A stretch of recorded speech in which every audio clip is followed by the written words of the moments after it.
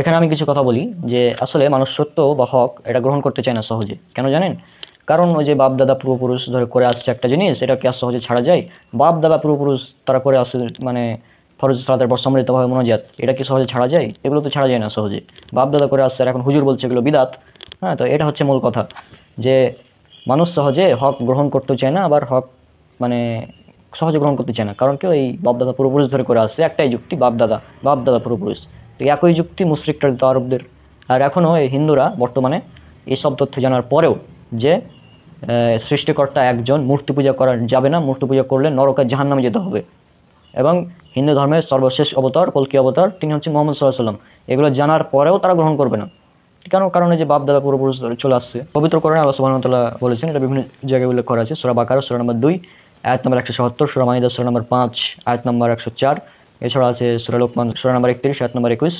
এছাড়াও আপনার বিভিন্ন জায়গায় এগুলো উল্লেখ করা আছে। তো আয়াতে বলা হচ্ছে এরকম যে যখন তাদেরকে বলা হয় আল্লাহ যা নাজিল করেছেন তোমরা তার অনুসরণ করো, তখন তারা বলে বরং আমরা তারই অনুসরণ করবো যার উপরে আমরা আমাদের বাপ দাদাদের পেয়েছি, যদিও তাদের বাপ দাদারা জ্ঞান রাখতো না এবং তারা সুপ্রাপ্ত ছিল না। এই বাপ দাদা পূর্বপুরুষদের যারা অনুগত্য করেই চলেছে, হ্যাঁ, হক সঠিক তথ্য জানার পরেও একটা তথ্য জেনে গিয়েছে যে হ্যাঁ এটা সঠিক, বা একটা জিনিস জেনে গিয়েছে যে আমি এই কাজটা করছি আসলে কাজটা ভুল, মুসলিমদেরকে বলছি, এটা মুসলিমদেরকে বলছি, এই মুসলিম আজকের মুসলিম সমাজ তারা জেনে গিয়েছে যে ফরজ সালাতের পর সম্মিলিতভাবে মোনাজাত করা এটা বিদাত, এটা জেনে গিয়েছে, তারপরে করে আসছে। তাদের পরিণতির ব্যাপারে আল্লাহ পবিত্র কোরআনে বলেছেন, এটা উল্লেখ করা হচ্ছে সূরা আহজাব 33 নম্বর সূরা 67 নম্বর আয়াত। আল্লাহ কি বলছে ভালোভাবে লক্ষ্য করুন, যে হে আমাদের প্রতিপালক, আমি আমাদের নেতাদের ও বড়দের আনুগত্য করতাম, অতঃপর তারাই আমাদের পথভ্রষ্ট করেছিল। তো আপনি এখন আপনাদের বড় বড় নেতা, বড় বড় মানে আপনার নেতা বা বড়দের যারা ছিল আপনার বড়দের, হ্যাঁ, বাপ দাদা, তাদের অনুসরণ করেছেন। তো তারা তো আপনাদের পথভ্রষ্ট করেছিল, তারা হক পথে ছিল না। এখন তারা হক পথে ছিল না, আপনি তাদের পথ অনুসরণ করবেন, তাহলে কীভাবে মানে হবে? সহিহ বুখারীর একটি হাদিস, এটা আছে সহিহ বুখারীতে 3456 নম্বর হাদিস।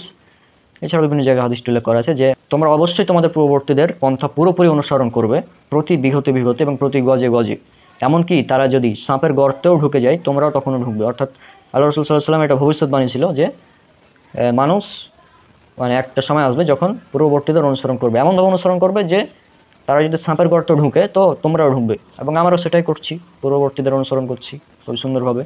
আমরা জানতে পারছি যে ফরজ সালাতের পর সম্মিলিতভাবে মোনাজাত করা এটা বিদাত, তারপর আমরা করছি, বাপদাদা করে আসছি। এই জন্য আমাদের কাছে কোনো দলিল নেই, আমাদের দলিল বাপ দাদা।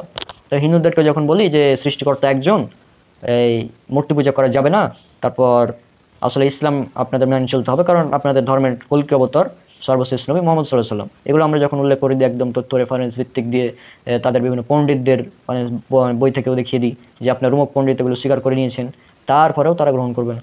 কেন? কারণ যে বাপ দাদা পূর্বপুরুষ ধরে চলে আসছে। মানুষ সহজে হক বা সত্যকে গ্রহণ করতে চায় না, এর আরও একটি কারণ, এটা হচ্ছে অহংকার, ইলমে অহংকার। কারণ আমি এত বড় একজন মানে পণ্ডিত মানুষ, হ্যাঁ, আমি এত ভালো ভালো কিছু করেছি, আমি এত দিন ধরে পড়াশোনা করেছি, আমি 20 বছর ধরে বুখারি পড়াই, মুসলিম পড়াই, হ্যাঁ, আমার হাজার হাজার ছাত্র রয়েছে, আমি অনেক বড় একজন আল্লামা মানুষ। তো এখন যদি কোনো জেনারেলের ছেলে সে এসে বলে যে এটা বিদাত, হ্যাঁ, এটা করা যাবে না, তাহলে আমি এটা কেন করতে যাব? আমি তো তার চেয়ে অনেক বড় ইলমি মানুষ, তাই না?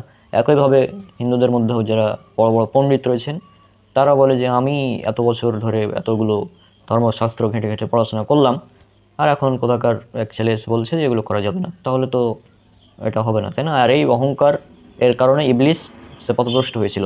পবিত্র কোরআনে আল্লাহ সুবহানাহু ওয়া তাআলা বলছেন, উল্লেখ করা হচ্ছে সূরা বাকারা সূরা নম্বর 2 আয়াত নম্বর 34। আল্লাহ সুবহানাহু ওয়া তাআলা যখন বললেন ফেরেশতাদেরকে যে তোমরা আদমকে সিজদা করো, তখন সবাই সিজদা করলো, ইবলিস ছাড়া। সে অস্বীকার করলো এবং অহংকার করলো, আর সে হলো ক্ষতিগ্রস্তদের অন্তর্ভুক্ত। অর্থাৎ ইবলিস সে অহংকার করেছিল, সে জানতো সত্য যে আল্লাহ যে আদমকে সিজদা করতে বলছেন এটা আসলে সম্মানসূচক সিজদা। তো এই সিজদাটা আল্লাহ আদমকে করতে বলেছেন, এটা জানতো, এটা সত্য, সে জানতো। তারপরেও সে অহংকার করার কারণে সে বলছে আমি ইবলিস, আমি জিন, আমি আগুনের তৈরি, আর আদম সে তো মাটির তৈরি, তো আমি ওকে কেন সিজদা করব? এই অহংকারের কারণে সে হয়েছে পথভ্রষ্ট। তো এই মূলত অহংকারের কারণে মানুষ হক বা সত্যকে গ্রহণ করতে চায় না। হ্যাঁ, সে বলে আমি এত বড় বুজুর্গ, এত বড় আলেম মানুষ, এজন্য যতই ছোট হোক তার কথা শোনা যাবে না। তো এই কারণে মানুষ হক বা সত্যকে গ্রহণ করতে চায় না। এটা হচ্ছে আরও একটি কারণ।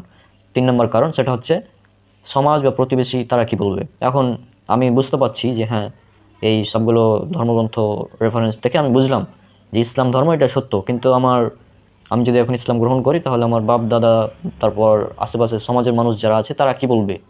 হ্যাঁ, তারা তো মানে এই সমাজের কারণে অনেকে মানুষ গ্রহণ করতে চায় না। যেমন একটা হাদিস তো আছে, বলেছি সহিহ বুখারীর 1358 নম্বর হাদিস, যে রাসূল সাল্লাল্লাহু আলাইহি ওয়াসাল্লাম বলেছেন যে প্রত্যেকটা মানুষ দিনুল ফিতর অর্থাৎ ইসলামের উপর জন্মগ্রহণ করে, প্রত্যেকটি শিশু। পরবর্তীতে তার পিতামাতা এবং আত্মীয় স্বজন তারা তাদেরকে ইহুদি, নাসারা অথবা অগ্নিপূজারী বানায়। হ্যাঁ, তার মানে এটা স্পষ্ট যে পরিবেশের কারণে, সমাজের কারণে মানুষ হক বা সত্য গ্রহণ করতে চায় না সহজে। তাই হচ্ছে হক বা সত্য গ্রহণ না করতে চাওয়ার মূল কয়েকটি কারণ, এছাড়া আরও অনেক কারণ রয়েছে।